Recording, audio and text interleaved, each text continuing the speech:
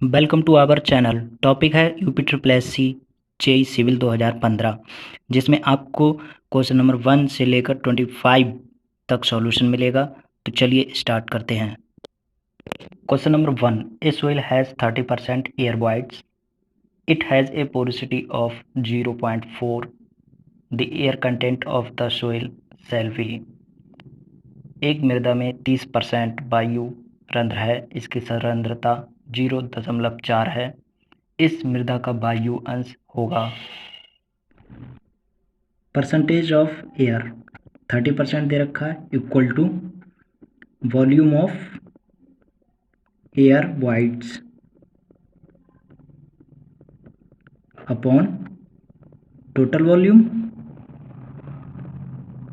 Of specimen. ठीक है, यहाँ से volume of voids, air voids निकाल लेते हैं। वॉल्यूम ऑफ एयर वाइड्स तो 30% का 0.3 हो जाएगा इनटू टोटल वॉल्यूम। यहाँ से एयर वाइड्स निकल गया। अब हमें पोरोसिटी दे रखा है, porosity equal to total volume of voids upon total volume of specimen. ठीक है, यहाँ से वॉल्यूम ऑफ वाइड्स निकाल लेते हैं। तो 0.4 पोरोसिटी दे रखी है और ये टोटल वॉल्यूम। समीकरण 2। अब हमें एयर कंटेंट निकालना है। तो एयर कंटेंट इक्वल टू होता है volume of air voids upon volume of wides. ठीक है, दोनों का मान, इसका भी हमने निकाल लिया और इसका भी निकाल लिया है। तो इसका मान कितना है 0.3 वी और इसका 0.4 वी रख लेते हैं। 0.3 वी अपॉन 0.4 वी, वी से वी कैंसिल हो जाएगा और ये 0.75 हमारा आंसर आ जाएगा। Question number 2, due to rise in water table the effective stress in soil. किसी मृदा में जल स्तर के बढ़ने से प्रभावी प्रतिबल ये घटता है। Question number 3, if void ratio is 0.67, water content equal to 0.188 and specific gravity 2.68, the degree of saturation of soil। यदि रिक्तता अनुपात 0.67 है और जल की मात्रा 0.188 है और अपेक्षित घनत्व 2.68 है, तो मृदा की संतृप्ति की मात्रा है। यहाँ formula SE equal to WG लगेगा, जिससे 75 आंसर आएगा। Question number 4, rotameter is used to measure. एक रोटामीटर से मापा जाता है flow of fluid. Option number D सही होगा, रोटामीटर से। Question number 5, pressure energy of fluid can be increased by using. तरल की दाब ऊर्जा को बढ़ाने के लिए प्रयोग होने वाली युक्ति को कहते हैं। ये पंप, इसमें पंप आंसर सही होगा। Question number 6, ratio between inertia force and elastic force is called. जड़त्व बल तथा प्रत्यास्थ बल के अनुपात को कहते हैं। ये मैक नंबर कहते हैं। ऑप्शन नंबर बी सही है। Question number 7, as compare to roadways maintenance cost of railways is. राजमार्गों की अपेक्षा रेलवे लाइनों की अनुरक्षण लागत ये कम होती है, मतलब ऑप्शन नंबर बी सही है, less. Question number 8, the highest point on a carriage way is known as. सवारी गाड़ी के रास्ते पर उच्चतम बिंदु कहलाता है, ये क्रोन कहलाता है। ऑप्शन नंबर बी सही है। Question number 9, number of fish bolt पर fish plate joining rails are. Rail जोड़ों पर जुड़ने वाले सिरों को जोड़ा जाता है एक जोड़ा फिश प्लेटों और कितने वोल्टों से। तो ये ऑप्शन नंबर बी सही है, इसमें 4 वोल्ट लगते हैं। And for a sewer line of 50 centimetre diameter in the spacing of manhole along state run would be approximately। एक 50 सेंटीमीटर व्यास की सीवर लाइन के लिए मेन होलों की केंद्र से केंद्र की लगभग दूरी होनी चाहिए। ये ऑप्शन नंबर बी सही है, 100 मीटर कम से कम होनी चाहिए। Cowl is provided eight bottom portion of ventilating column, top portion of ventilating column, top portion of manhole at sewer joint। सही आंसर होगा option number B. Question number 12, to control vehicular pollution from exhaust of vehicles following is fitted।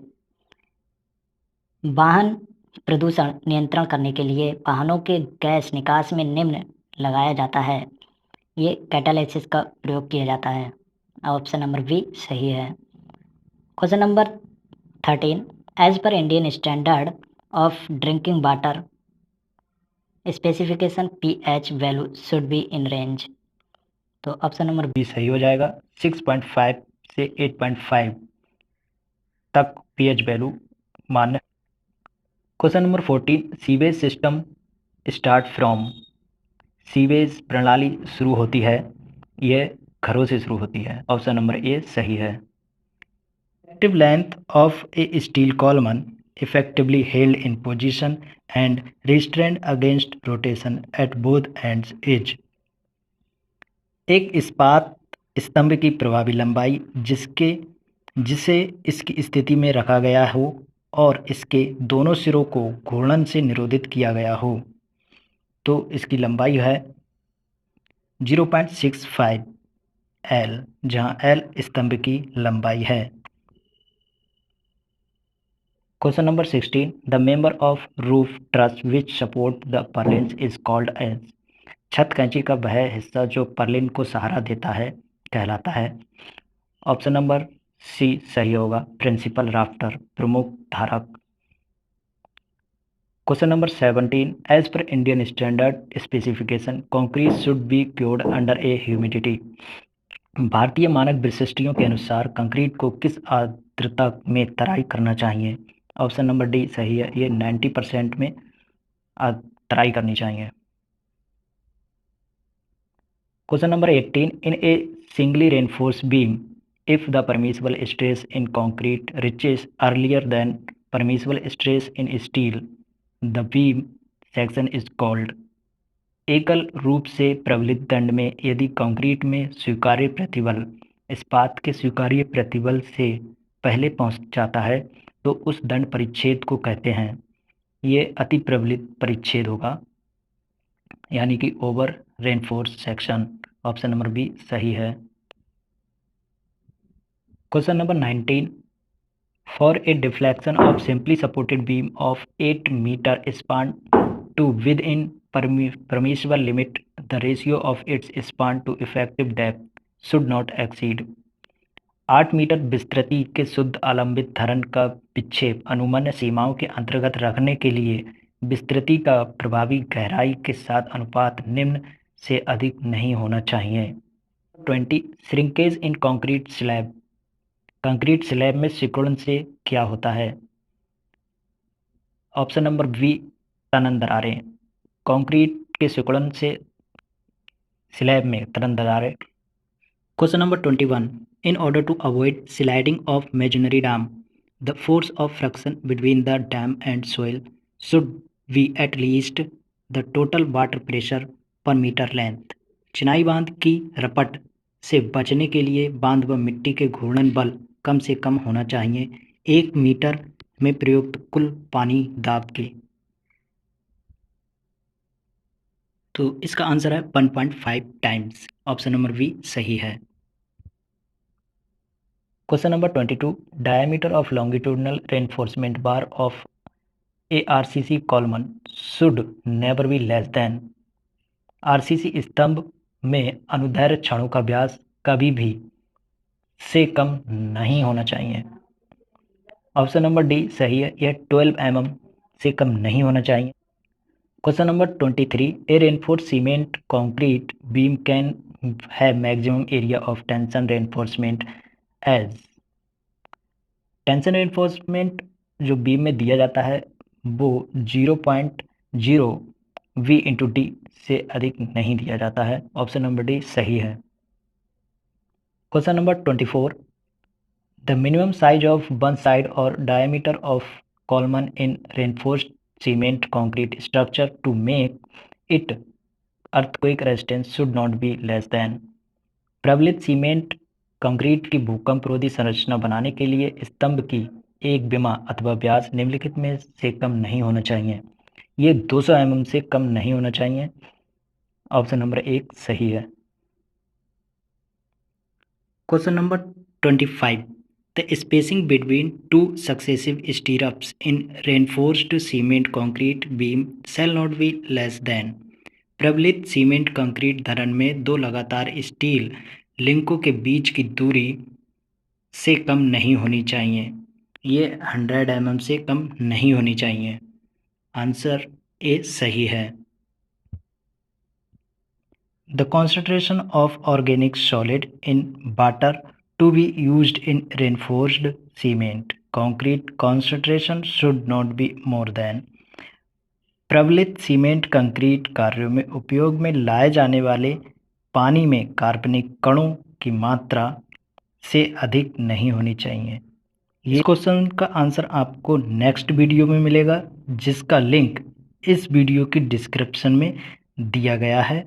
आप चाहें उसे continue कर सकते हैं। धन्यवाद।